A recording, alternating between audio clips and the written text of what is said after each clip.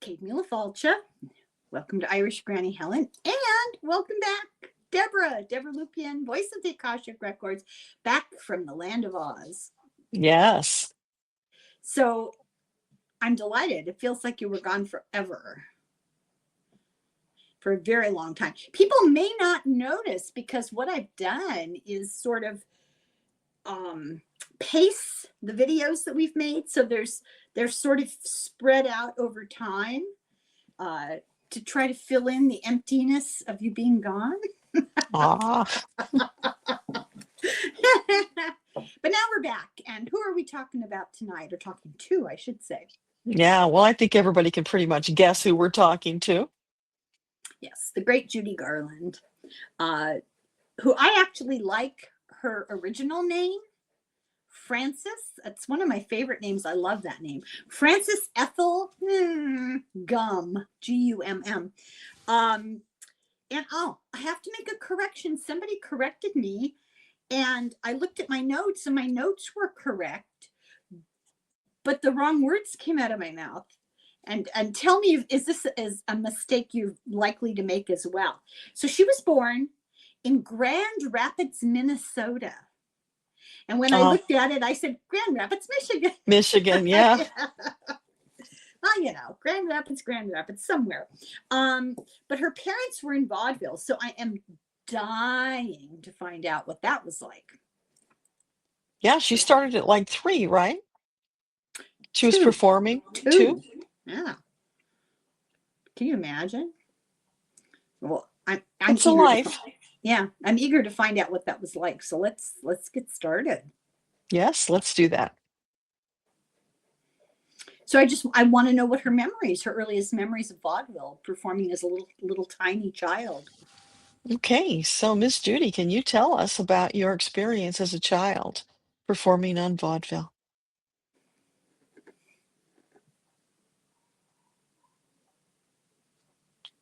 It was all large and overwhelming, and I'm getting this picture of like looking out from the sides at the stage, and it's all big and colored, and just for a little tyke like that, it was just monstrous. Not in a bad way, but massive rather than monstrous.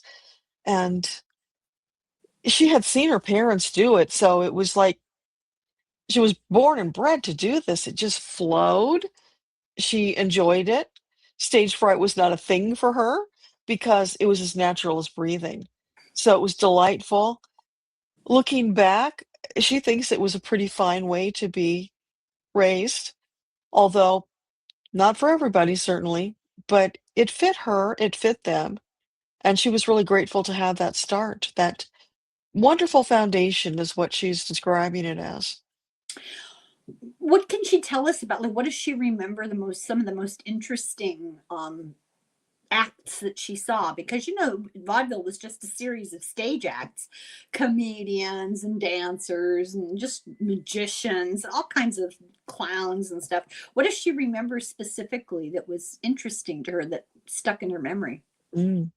So can you share with us anything that really stands out for you in your memories of vaudeville? Oh, she liked the pretty ladies in their outfits, the flashy clothes, the can-can dancers. As a child and as a female child, especially, she enjoyed that part of it. And the Did she see clowns, she any? liked the She clowns. liked the clowns. Did she see any Yeah. dog acts? Dog acts. Did you see dog acts? There were a few, but they didn't interest her as much. Oh, isn't that interesting? You think a kid, right? Um, Moving forward, her family left town. They moved and went to California, and there's uncertainty about why they left. There was a rumor that her father was caught in a compromising situation with another man, and they kind of fled in the middle of the night. Does she remember any of that? That would have been, well, she would have only been 4, so she probably doesn't remember. What does she remember of going to California? Mm. Yeah, so can you tell us about leaving Minnesota and going to California? Yeah, there was a lot of distressing energy around that. Her parents were there's a lot of emotion, and she didn't understand what was going on. She heard a lot of, upset adults talking, and suddenly they're packing everything up and kind of leaving under the cover of darkness. So it was a little scary as a child because being uprooted and leaving behind everything she knew, and there were so many people on vaudeville that she was emotionally connected with because, they all were friendly and watched out after the children. So it was rough from that perspective. Do Mm. you know why you left? Did you ever find that out? Yeah, she's saying Helen nailed it, and she's laughing about it now because she said, daddy and the various husbands and setting a pattern up that was running throughout her entire life.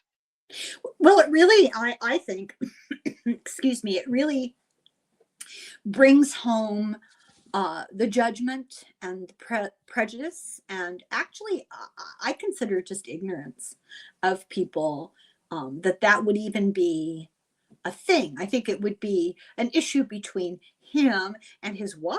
I can Mhm. understand that. But the fact that it would be a big scandal and they had to leave under cover of night, and that just seems pointless. I just, too Yeah, bad. Yeah, yeah. it is.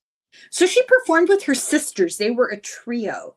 And anybody who's curious, they did some shorts for a company called Vitaphone, and you can see them on YouTube. I looked them up and I watched them. And she was very cute, and she had a cute voice. One of her sisters had a terrible voice, though, no offense, but her voice was sort of grating. Um, I wonder, my curiosity is, first of all, they did these shows when she was a little younger, and then when she was about 13, they did one in Santa Barbara for the Fiesta, which is once a month, once a month, 1 month a year. In August, they have this big old Spanish days, is what they call it. And they have parades and performances, and it's a whole big thing. And I just wonder, what does she remember of Santa Barbara? I'm always so curious about what Mm, it used to be like before it was ruined. yeah. Can you tell us anything about Santa Barbara when you were there?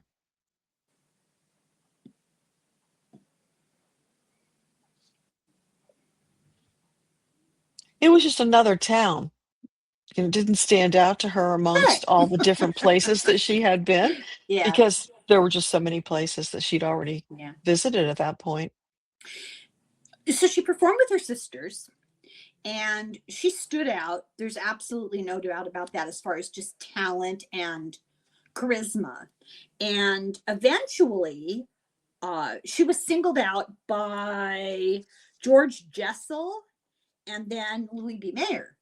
And my curiosity is, how did her sisters feel about that? Was there rivalry and competition and jealousy, or were they done with it anyway? Hmm. So how did your sisters feel about the act being broken up and you ending up in the spotlight?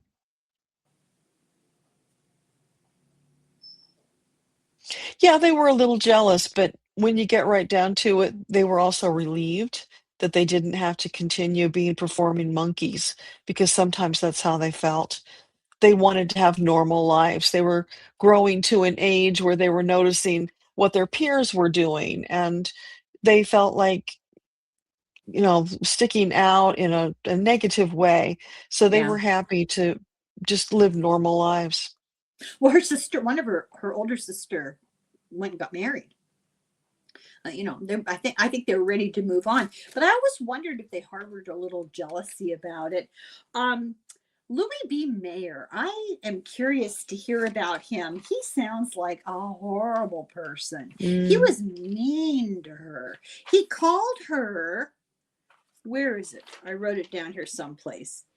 He told her she was unattractive, and called her his little hunchback in public. Just, what did she think of him? So tell us about Louis B. Yes, he could be cruel, but he also gave me my start. So I have a soft spot in my heart for him. I'm kind of conflicted about it. Yeah. On the one hand, there was this person who changed her life and sent her off on this trajectory that was good and bad. And on the other hand, if you really were honest with yourself, he was a schmuck. Well, my impression just from all the other stories I've heard about him with other actors and actresses, he was a power hungry narcissist. He was a Mhm. psychopath. He didn't care about other people. And it didn't bother him how he hurt somebody or ruined their life or gave them a start. It wasn't about them, it was about him making money and having the power. So I'm always curious how people were, and they must love what they're doing to be willing to put up with him because he was horrible. Yeah. Um, she worked with, uh, well, she went to school backstage. They had a law in California, and child actors had to do X number of hours of schoolwork a day, and they had a studio teacher, that worked with them, and she got stuck in this class with Ava Gardner, Lana Turner, and Elizabeth Taylor. Wow. And she was cute. She was the girl next door cute, but these girls were already boom, at the age of 13. And I'm just curious, how did she handle that? That must have been really difficult. So tell us about your experience of being in school with those bombshell girls. She was a little shy at that point, and she really admired them and looked up to them. So it was inspirational to her. She enjoyed studying the way that they moved and talked and filing all that away for the future when she would need it for roles that she was playing. So it was kind of like a little research project for her. I'm most curious about Elizabeth Taylor because I find her fascinating. And I'm just curious, what was she like as a teenager? Was she a genuine person or was she really wrapped up in herself? So tell us about Elizabeth. What was she like as a youngster? She was very sweet. This was before all of the fame went to her head and she Yeah. changed a bit. Yeah, she was very sweet and innocent back then. She married very young. I think she was 18 or 19 when she got married. She married that guy. Oh God. Mike Michael is it Michael Wilder or am I jumping the gun? I don't Maybe remember. Wilding. Wilding, yeah, Yeah. yeah. But I think that might not have been first husband. I'm not sure. And it doesn't matter. Um, One of the things I forgot to mention because my notes were all over the place here. Louis B. Mayer had forced her to wear caps on her teeth and a fake nose, I didn't know that. discs to reshape her nose. No, Wow. what a what. So this is very sad. In 1935, her father was 49 and he died of meningitis.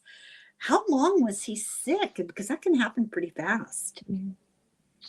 Can you tell us about your father before he died? Was he sick for a long time? What was that like?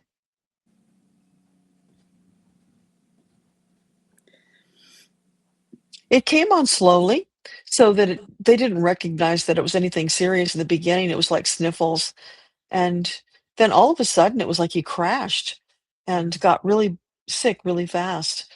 And at that age, it all just seemed like to flash before her.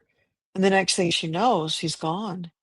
Yeah, they didn't have, like the antibiotics and stuff that they have now that they would use. That's really sad. It is very sad. Yeah. It was only S 49. Stunning is what she's saying. Yeah, that's sad. Um, do you remember? I'm asking you. Do you remember the scene? It's in That's Entertainment, which was kind of a don't know, how would you describe that movie? It was just snippets from a bunch of different movies, right? And there's a scene where Judy Garland sings to a picture of Clark Gable, "You Made Me Love Yes. You." One of my favorite scenes she's ever done.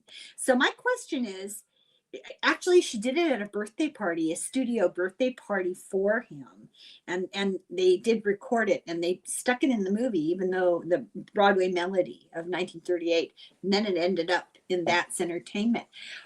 uh did she meet him? What did she think of him? So did you meet Clark Gable? She did, and she swooned over him. She had a big crush on him. Yeah, I can see why.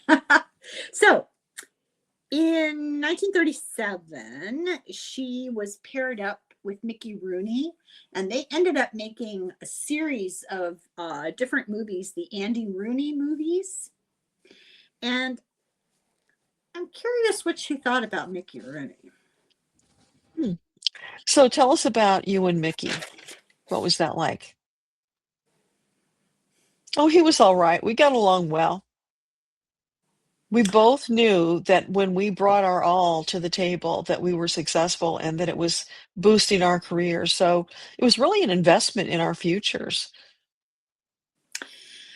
So this is what the gossip is that I've read. It is said that she said that MGM stole her youth, that there were amphetamines and barbiturates fed to the young actors and actresses to wake them up in the morning and get them on stage and then put them to sleep at night, and that it created a lifelong struggle, with addiction.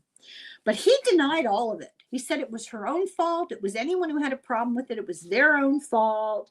They were responsible for their own situation. And that was the path she chose. And I also heard, this is all part of one big question, that they kept her, Louis B. Mayer, monster, kept her on a diet. He told the people in the MGM cafeteria where everybody ate, she could only have plain chicken soup and black coffee. And she's like 13, 14, growing kid, right? But he wanted her to lose weight. And as a result, she ended up with a lifelong struggle with addiction and a lifelong struggle with her weight. And how much of that is really true? Was that kind of treatment imposed on young kids who were in movies? Can you tell us about that, Judy? Is it true that they were keeping you drugged up and starving you? Yeah, it's pretty much all true, and some of it's been exaggerated. And I'm really sad that Mickey wasn't honest because he knew better, but he was playing the studio game. He didn't want to wreck his own career, and that was what they needed him to say. But my life is an open book. You can see the results, what it did to me. Yeah, if it's any consolation, like I'm sure she doesn't care now, but if it's any consolation, I think it's blatantly obvious that she told the truth and he played the game. I just think it's obvious. Yeah, Yeah, and that's really sad. It's really disturbing because she just had so much talent. They didn't need to do yeah. that. It was unnecessary. But see, that I think that's the pathology of Louis B. Mayer coming out. So anyway, here we are at the Wizard of Oz. She was not the first choice. Did you know that? Yeah. And then she wasn't the second choice, which I thought was insane because she was the obvious choice, right? They were thinking Shirley Temple, which seems, Mismatch. yeah. Have you read the books? No. Shirley Temple does not match the description of Dorothy Gale. Judy Garland does. She's very similar. She strikes the right note, pardon the pun, because she does seem like a girl that you would meet in, on a farm or in a neighborhood. She seems like kind of the fresh faced. Shirley Temple was a little too cutesy and manufactured, and Judy Garland didn't have that persona in my opinion. Then they thought they would do Deanna Durbin, which just seems, I don't know. Do you remember Deanna Durbin? I do. Do you feel like she had the charisma to do something like that? I think she could have pulled it off, but it wouldn't have been the same movie. That's correct. Yeah. Did you know that they started Judy Garland off in a blonde wig? No, that I didn't know. And the dress that they put her in, the choice of that dress was intentional to make her look a lot younger than she really Yeah. was. Yeah. Did she get sick as a teenager of always being tried to make look younger? Did that drive her crazy? So what do you say to that, Judy? Did it make you a little crazy? Well, no, I was an actress and I was playing the role, so I was willing to do what I needed to do to play the part to the best of my ability. And it didn't affect how I lived in my normal Real life. life. Yeah. Yeah. You could tell I'm not an actress. It didn't even occur to me. She's acting. It didn't occur to me. Okay, so it did not make money. The movie didn't make money right away because they sold tickets at children's prices, and mostly children went to it. So they kind of undercut themselves. So it cost them $2 million to make the movie, which today would be 35 million. But it brought in, they said there were all these costs and everything. So in modern money, it brought in 71 million. So it didn't really make profit at all until they re-released it in the 40s. And for anyone who doesn't know, they put a movie out in the theaters. If you didn't see it in the theaters when it was taken out of the theater for the next movie, you were out of luck. And Yeah. occasionally a movie would be so popular that they'd re-release it after a number of years, and they were still re-releasing this until television took it on, and they played it once a year on TV. Do you remember that? I do, because we had a black and white TV. So I never understood the whole thing about the horse of a different color until years later. My father worked as like a bookkeeper for a TV station, a small local TV station, and his this is so typical. His boss was a rich rancher. The TV station was his hobby, and one year they got some sort of a deal to show. I don't know exactly what the mechanics of the situation were, but I'm sure it had to do with like RCA company or Panasonic or someplace like that doing ads on the TV in the that particular station. So they cut this deal, and he got all these colored TVs, and he gave one to each of his employees. So we got a color TV, which was wildly unusual and completely out of our usual class structure, shall I say. Right. And people would come over to our house just to watch the color TV, which is a crack up. So after a few years of seeing it all in black and white, I know what you mean. It was a revelation that things Yeah. actually turned into color. Yeah, it was remarkable. Oh, the good old days, huh?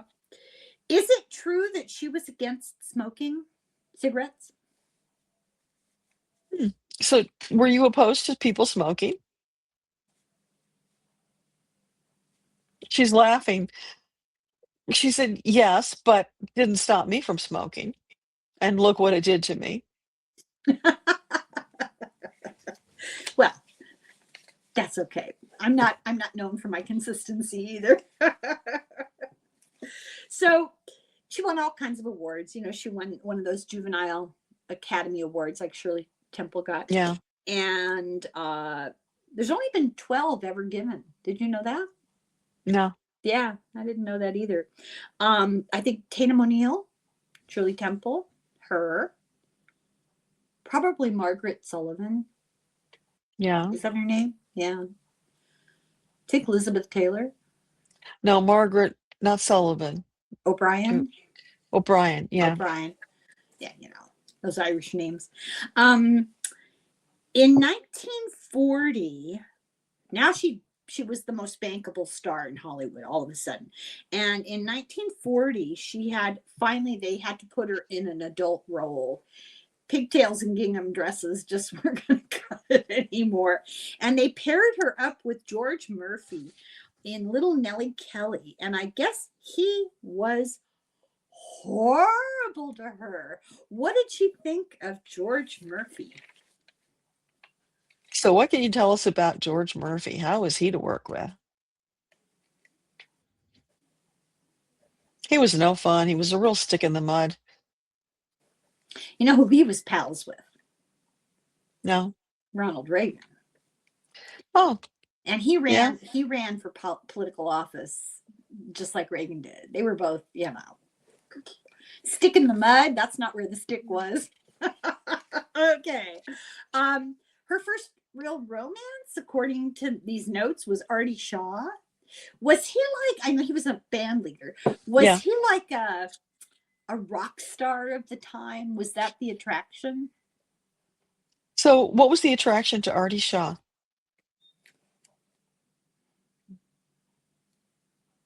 Oh, he was so nifty, handsome, talented.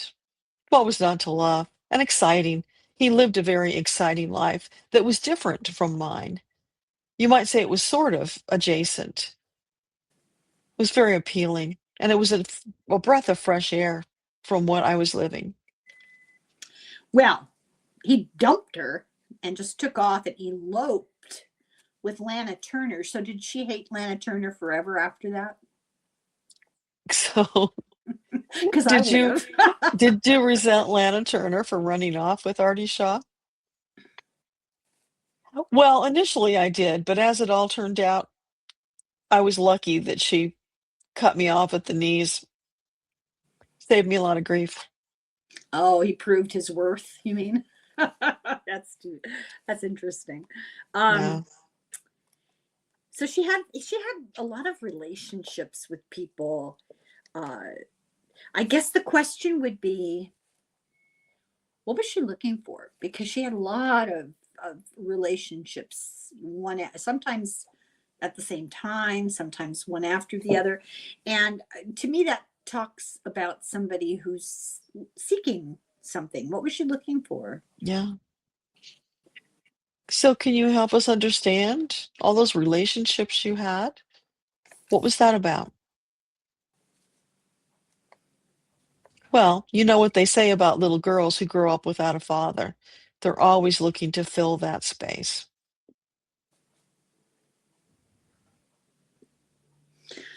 So she married this guy called David Rose, and she was 19 and he was 31. And MGM freaked out, and her mother freaked out, and they tried to keep them separated. And eventually, a couple of years later, they did end up getting divorced. Was the interference to blame? The external interference? So your relationship with David Rose, was that destroyed by the interference from the studio? Partly, but it was doomed from the start. We were not a good match. He was far too old for me, and as it turned out, he was too stuffy. It's interesting, she got involved with that's the second or third guy she's talked about being kind of boring and uptight. Yeah, she was young. She wanted to have a good time, and yet you pick these older guys, they're in a different stage of life. That's right. That's right. You think you want something, but it's not really what's best suited for you. Uh, she made a movie with Gene Kelly for Me and My Gal. And I'm going to ask this question. I'm worried about what kind of answer I'm going to get. What was Gene Kelly like? So, what was Gene Kelly like? Supercilious. Looked down his nose. Oh, I Up, hate to hear that. No, go mm, ahead. Go ahead. Sorry. yeah.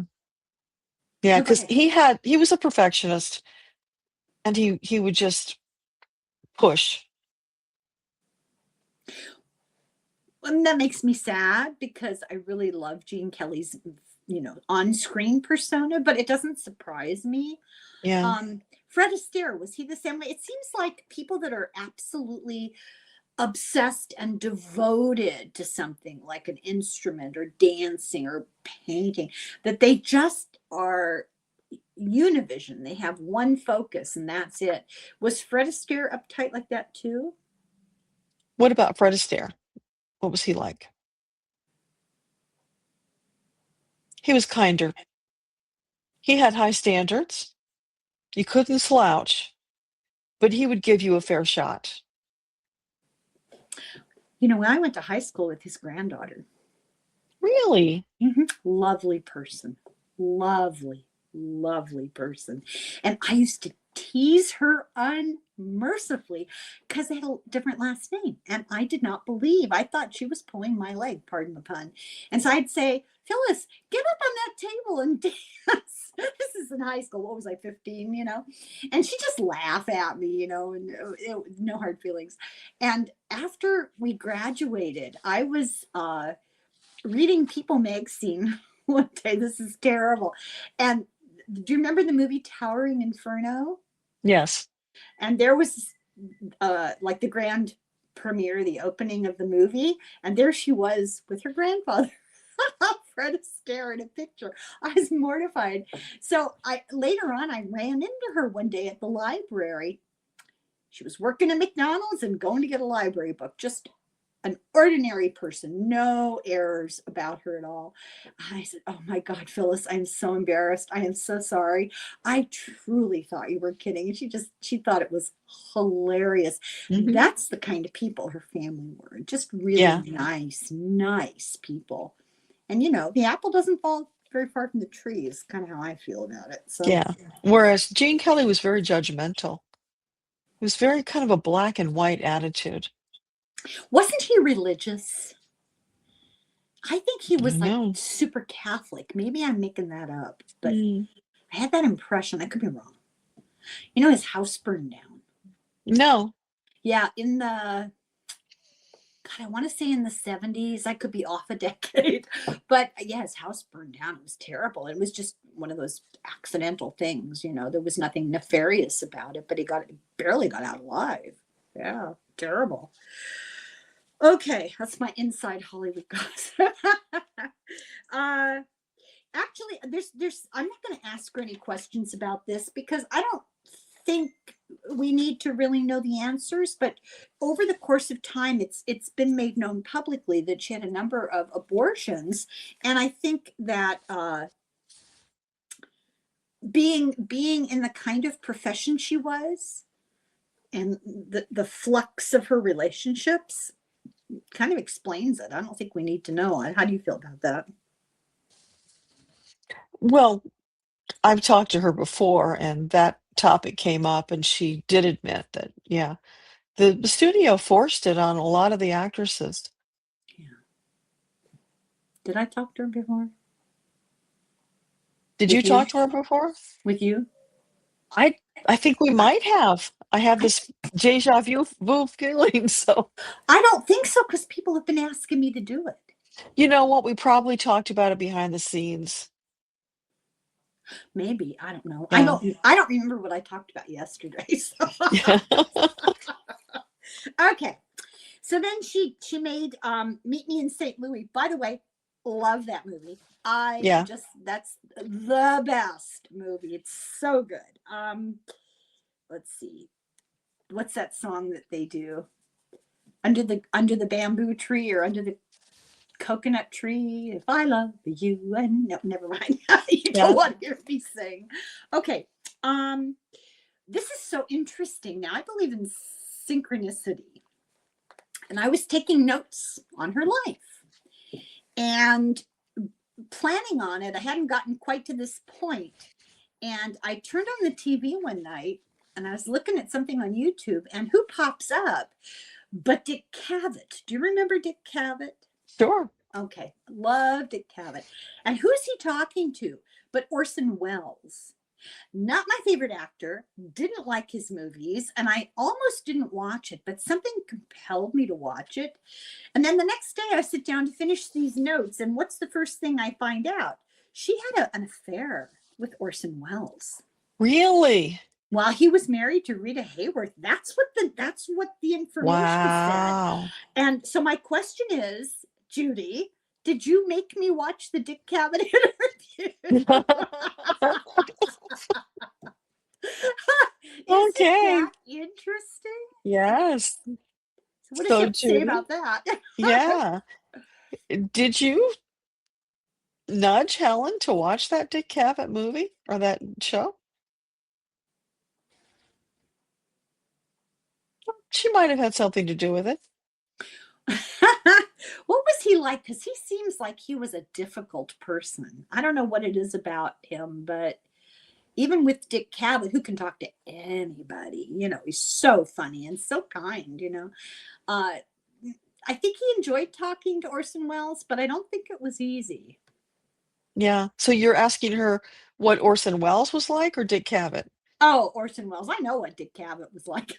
Okay. I've Okay. read I've read his autobiographies. I watched him. I know what he was like. Yeah. No, Okay. Orson So Welles. tell us about Orson Welles. What was he like? Cerebral. And he was fascinating to talk to. We could talk for hours. He would opine about all sorts of things, and he was very interested at that time in directing and creating his own movies. He had such vision, far beyond what he was ever able to accomplish. There would have been so much more from him, but Yeah, I not could see that. somebody you want to have a long-term, cozy, warm relationship with. Yeah, he wasn't like that. Um, he was just a little standoffish. It's not like the big, teddy bear type that you might look at him and think that he could be, like cuddly. He just was not. He was emotionally distant. Yeah, that's the vibe I always had about him. And I always felt it came through in his movies a little bit too wrapped up in himself and not really forthcoming about himself. Does that make Yeah, sense? well, Yeah. he was too much in his head. He had a Is lot that going on. well? That's interesting because that's the most unlikely couple, isn't it? It's really unlikely. So she married Vincente Minnelli, who made Meet Me in St. Louis, and of course Liza was born. Yeah. And then a while later, I think it was Easter Parade. She made the movie Easter Parade, and Liza was in it at the age of 2, the same way that Judy had been in movies at the age of 2. And I just thought that was really cute. But I also wonder, did she have reservations about her children going into acting or into show business? Did you have reservations about your children following you into show business? Not at all. It was a normal life for me. It was always part of who I was. Yeah. If that's what they wanted, I was happy to support it. Well, that's remarkable. So, we already talked about this. So some of this stuff is kind of jumping around. That's jumping around too. That's jumping around. She brought her children on stage with her when she played the Palace to give them the opportunity to showcase their talents. Yeah, I have questions about this a little bit later. Liza's still just 2. The others haven't been born yet. Um, she had some real mental health challenges. Um, and I'm curious about how much of that was the pharmaceuticals, how much of it was untreated trauma just from the way that her life went, because it's not really normal psychologically for a kid to constantly be on stage getting adulation and expected to meet an adult set of standards for being on time and always on your mark and having your, I mean, that's a lot for a kid. They're developmentally not quite ready for that. So I'm wondering, if she would be willing to talk about her mental health challenges. Yeah, so would you tell us a little bit about that? What was going on with you? So when she was on vaudeville and she was performing, it was very natural, it was very happy, it was nurturing, and she felt good about herself. But then she met the immovable Louis B, Mhm. who started to tear down her self-esteem, Yeah, and that haunted her the rest of her life, yeah. in conjunction, as you might imagine, with the drugs, and then there was also drinking, trying to compensate to, false courage. False courage, and there's got to be emotional pain. You know, you've been having lost her father and lost men in her life, and it's a peripatetic lifestyle. You know, you're never with the same group of people for any great length of time. You never know if people are being nice to you because of they like you or because of who you are and what they might be able to do for you. You know, Yeah, and then I just think the whole thing can be so toxic. It just seems to me it seems surprising that everybody who goes into that business doesn't end up on a therapy couch, you know? well, a lot of them do, Yeah, but she's or showing me should. a picture. It's like, the log rollers when they roll the logs down the rivers and the people walk on them and keep them Yeah, going? It's yeah. like that. It's never firm foundation under your feet. Right, You right. can't relax. Yeah. So you're always tense, stressed, in survival mode. That's what it is. That's really hard on anybody. And if you've had kind of the legs knocked out from under you young, like Louis B. Mayer Yeah. did, yeah, that's And not difficult. having the stability of a father there to give her that foundation. Yeah, it's really sad.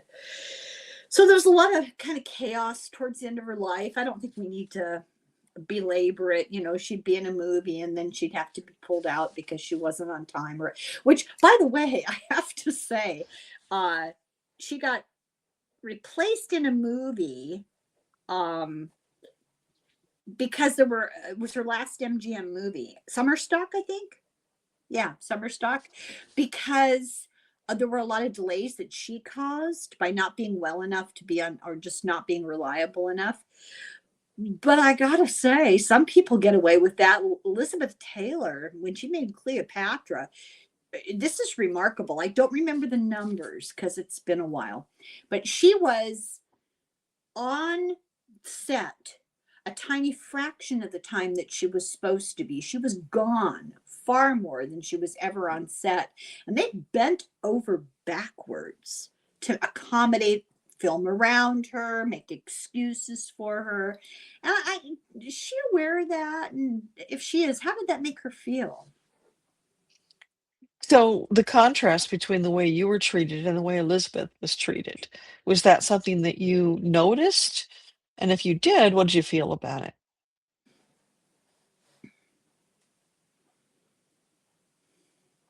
The situations are not equal. She was already established.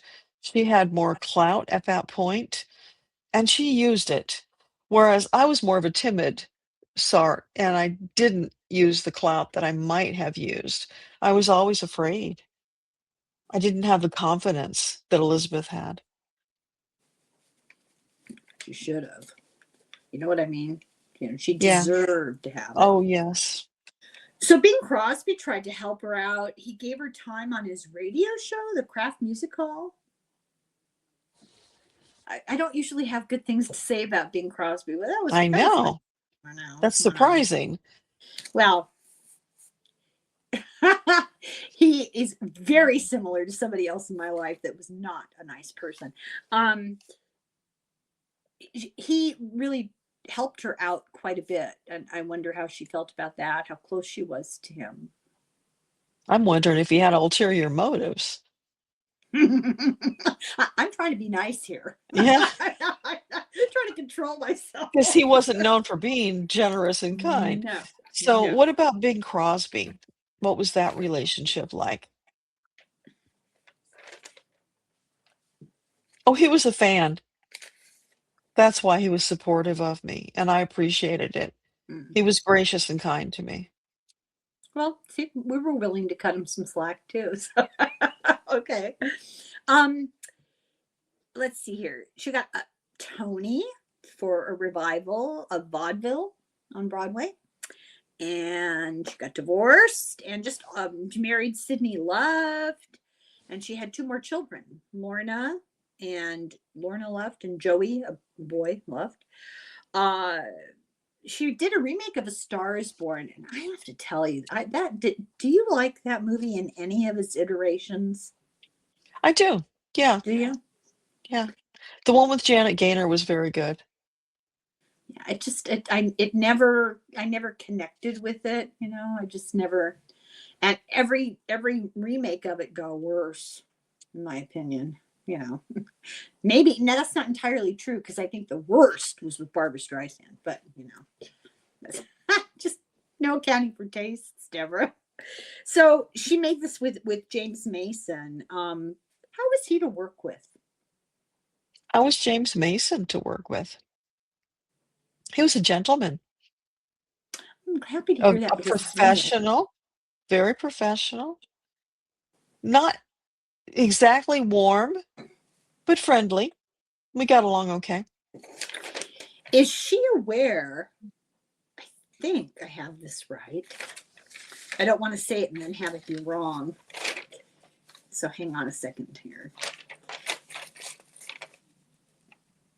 Yes, I'm right. Is she aware that he spoke? He gave her eulogy? Really? Yeah. Wow. So, did you know that James Mason delivered the eulogy? Well, of course I knew. I was there. I listened, Well, and who she was knows? honored. Yeah, she was honored. Yeah, I would be too. Could you imagine Actually, that? she said she was surprised because she didn't realize he thought that highly of her. Oh, well, did she know there were 20,000 people at her funeral? Well, 20,000? she was there. She saw the crowds, but she didn't know that was the number. 20,000 people. There's not that many people that live in my town.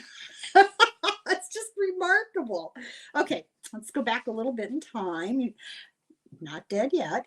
Um, let's see.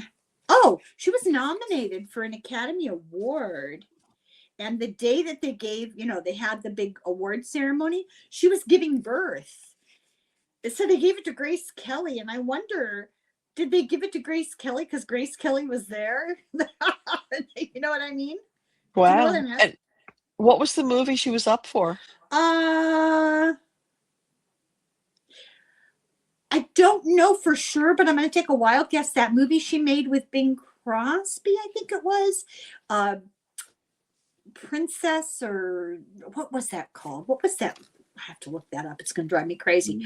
Um, but Groucho Marx had the best thing to say about it. He said it was the biggest robbery since the Brinks robbery, yeah.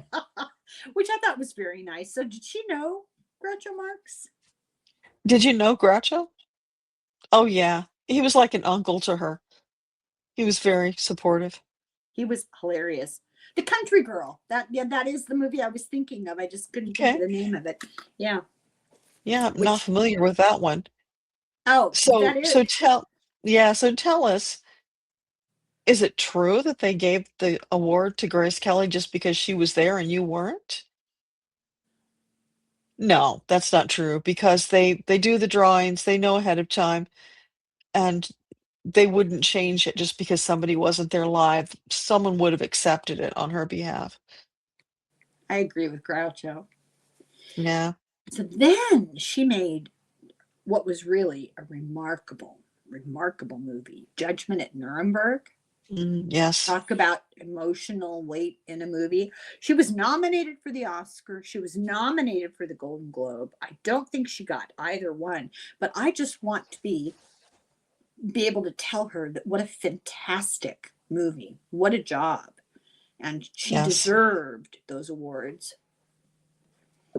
Yeah. And that was one of those roles where she wasn't afraid to be unglamorous. Yeah. Yeah. Which just should tell you all you need to know. You've got the talent, right? Okay, so her career is kind of slowing down. She's doing less on film and more appearances. Like she worked in Vegas and she was sick a lot. She was sick a lot, physically sick. Yeah. And I wonder, was that the alcohol? So during those years when you were shifting into live performances, the illnesses that you suffered, was alcohol a complicating factor in that? Oh, sure. I drank so I didn't eat, so I lost weight, and I was finally skinny like they wanted me to be. But then they complained because I was falling down drunk. You just can't please some people. Can you hear the noise in the background? That's quiet now while you were No, talking. no. My But neighbors, go ahead. but she was saying that jokingly, you realize. Yeah, no, I know that. Okay. She was hospitalized for hepatitis, and I didn't think it was hepatitis, or if it was a result of cirrhosis, like that. Yeah. My neighbor's an EMT. He works for the fire department, and they're very quiet. They're never home. His wife works for 911. Never home, really quiet, nice young couple. Once a year, at some point in the year, they have a big shindig and they invite all these firefighters over. And they're over there howling and carrying on. I'm surprised you can't hear it. I No. suspect maybe it's the World Cup. Oh, could be. Yeah. Yeah, because that's what they're howling, that's what it sounds like. So I apologize if there's background noise. There's nothing I can do about it. No, it's fine. So in 1961, she did a performance at Carnegie Hall and it was recorded for a live album.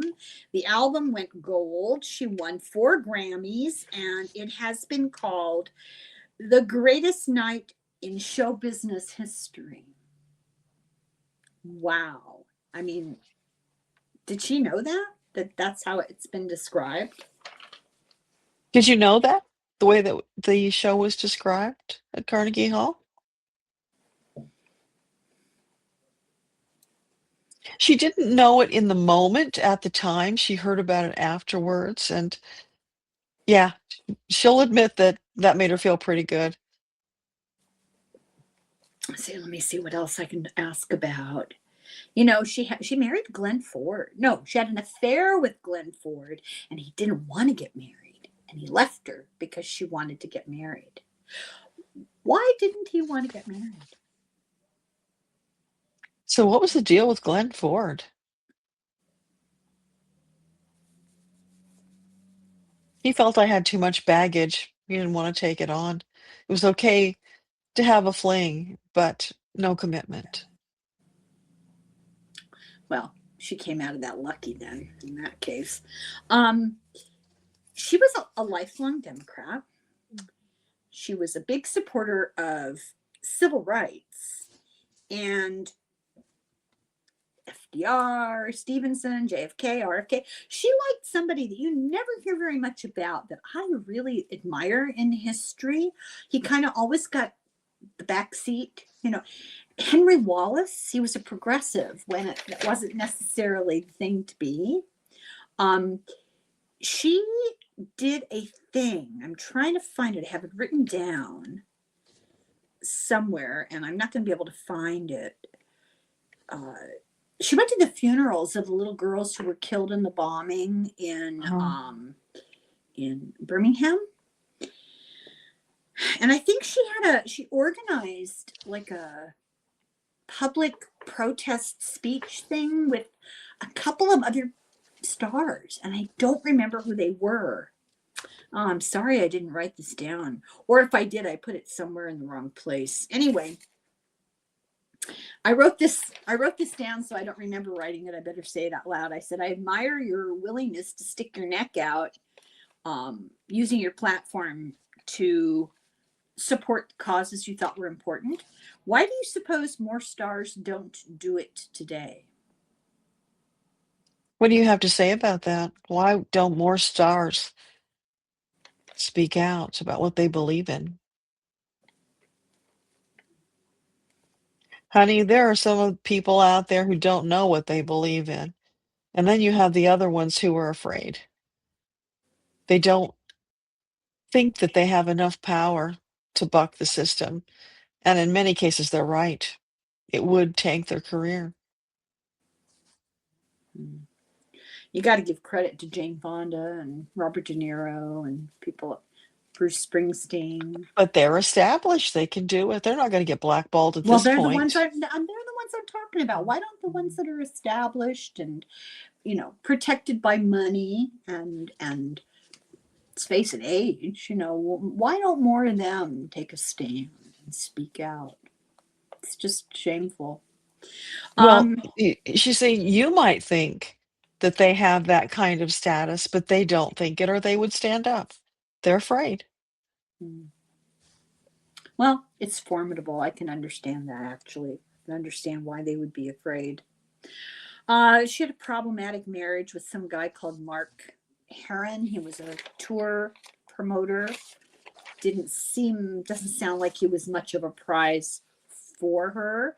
Then her agents embezzled her money and didn't pay the IRS, and she ended up owing them, get this, owing them in 2024 money. She owed them $368 million to the IRS. Oh, That's a my. common story in Hollywood. We hear that a lot. I just give up. Well, That's incredible. they're busy doing their work, trusting these people to manage their lives, and you just can't do that. You really have to have a buck stops here attitude and stay on top of it. Yeah, I definitely proved to be true. Let's see. Kevin Bacon and his wife, they were victims of Bernie Madoff. They lost everything. Really? Because she was ultra, ultra, ultra rich family money. Had nothing to do with their acting. Yeah, they were wiped out. So they've rebuilt since then and they're doing okay. But yeah, lots of people. Shocking. That is shocking. Yeah. She performed on stage with Liza when Liza was 18. Was she worried for her? Like, just the day of, that kind of worry. Yeah. So tell us about the day that Liza performed on stage at 18. How did you feel? I was confident in my girl that she could carry it. She was ready. It's unbelievable how talented she is. Yeah. Really unbelievable. Well, she lived it, breathed it every day of her life, so it was programmed for her. Does Judy know, or does she have an opinion? How much of that is karma? So what would you say about that, Judy? Is there karma involved in the talent? Oh, absolutely. Yeah. So was she a famous somebody in the past life? So could you tell us, were you famous in other lifetimes? Anything you want to spotlight for us? Yeah, she was performers in different guises in a number of lifetimes. Yeah, it doesn't surprise me. So she and sorry to pursue this, but I think it's interesting. She and Liza must have had some sort of karmic connection in a past life having to do with show business, right? Probably. So did you and Liza have a past life together? More than one. Yeah, they were deeply connected. They were sisters in a previous lifetime. That's not hard to believe for sure. Anyway, she things went downhill. She had a big appearances. They were very successful. She played all these live performances and just were unbelievably successful. Her last appearance, she did 27 shows at the Palace in New York. And she did them with her one performance with her son and daughter, Lorna and Joey. And the IRS showed up on the last night and seized her pay. There is no bottom to how low they will stoop. It's just phenomenal.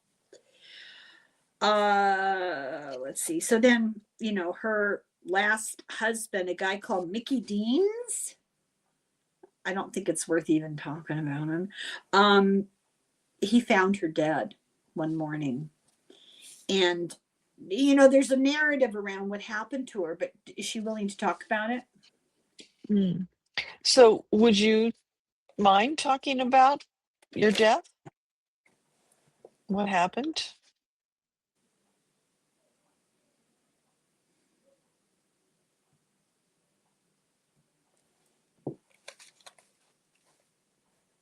She's saying she took too many pills.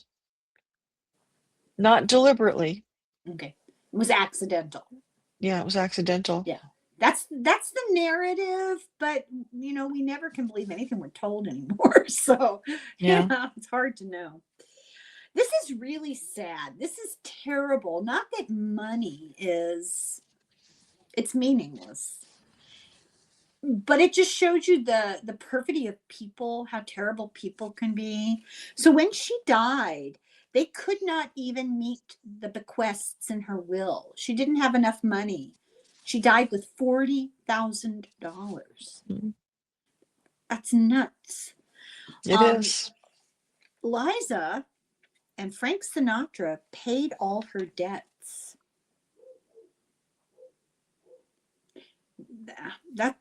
That's remarkable. What was her relationship with Frank Sinatra that he would do that? So tell us about your relationship with Frank Sinatra. Why was he so devoted? It was mutual respect. One performer to another. He wanted to honor my memory, and that was the way he chose to do it. That's remarkable, and she should be so proud of her daughter. So I wanted to talk about a tribute she did at the Academy Awards in 1965. She did a tribute to Cole Porter, who I would marry him today, but I can't because he's passed. And oh yeah, and I'm married. secondary, secondary. Oh, and he's gay. Yeah. All things being considered, I don't think it's going to work out. But she did this tribute to Cole Porter. It was about 15 minutes, and it was considered like it was 11 minutes, and it was introduced by Gene Kelly, and then she did it, and it was considered the greatest moment on TV. So she's got this greatest moment in entertainment and show business. Then she has the greatest moment on TV. And I was curious about this because I did a thing about Cole Porter. I did a thing about Judy. And in the process of doing them, I realized, wait a minute, listen to this. Her birthday was June 10th. His birthday was June 9th. And I wonder what kind of a connection do they have? So tell us, do you have a past life connection to Cole Porter? Or was there something present life? They were like ships passing in the night. They were aware of each other, both appreciated the other's skills, and she was terribly honored to do the tribute for him. So there was a connection, there was a past life connection, but it didn't come to fruition in that lifetime, this present lifetime. But it did. Her performance. Yeah, but they didn't have a personal relationship Right. like they might have planned on because of their past life relationship. So they kind of passed each other in this lifetime. But She in kept a his way it memory. was is yeah, a beautiful circle the way it was completed. Yeah, she kept his memory alive. I'm like, here we are still talking about it. I might be the last human being alive who knows Cole Porter and loves his music. because, Oh, you know, no. no, are you Big. too? I love Cole Porter, yeah. Oh, you're the tops, Deborah. But I didn't know about Cole Porter until the movie with Ashley Judd and What Kevin movie? Kline. What movie? It's called DeLovely. Kevin Kline and Ashley Judd, and it tells the Cole Porter story, and it's Oh my God. so wonderful. Yes. Well, That's how I got to know about Cole Porter. I think Cary Grant made a movie Not the about. same class at all. In this movie, Bite they your tongue. they covered the relationship, how they were connected, and the deep abiding love they had despite the fact that he was gay and how she Well, supported him. she played his wife. Ashley Judd, yeah. They were married for like 40 something years. It was They what they call a. also talked about what inspired some of the songs. So it's wonderful. If you're a Cole Porter fan, you must see that movie. I've never even heard of it. DeLovely, named of course after his song. I saw Ashley Judd in the flesh, in real life. Yeah. I went to New York City. Let me indulge my storytelling. My oldest friend traveled frequently, like 6 months at a time, for work. And one night when she was making a hotel reservation, she was offered the opportunity as a frequent user of the hotel, it was the Omni Hotel, to enter a drawing, and she won the grand prize. And she got to take 7 friends to Manhattan, to the Manhattan Omni, right basically across from St. Patrick's Cathedral, for like 4 or 5 days. I don't even remember. I'd never been to New York City. And it was fabulous. And one of the things that I did is I went to see a musical. Can't remember for sure what musical I saw. And I do remember what musical it was. Hairspray.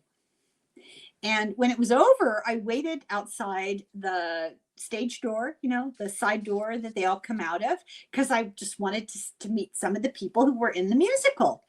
And Ashley Judd was in the next theater playing some dreary drama that I wouldn't have gone to see.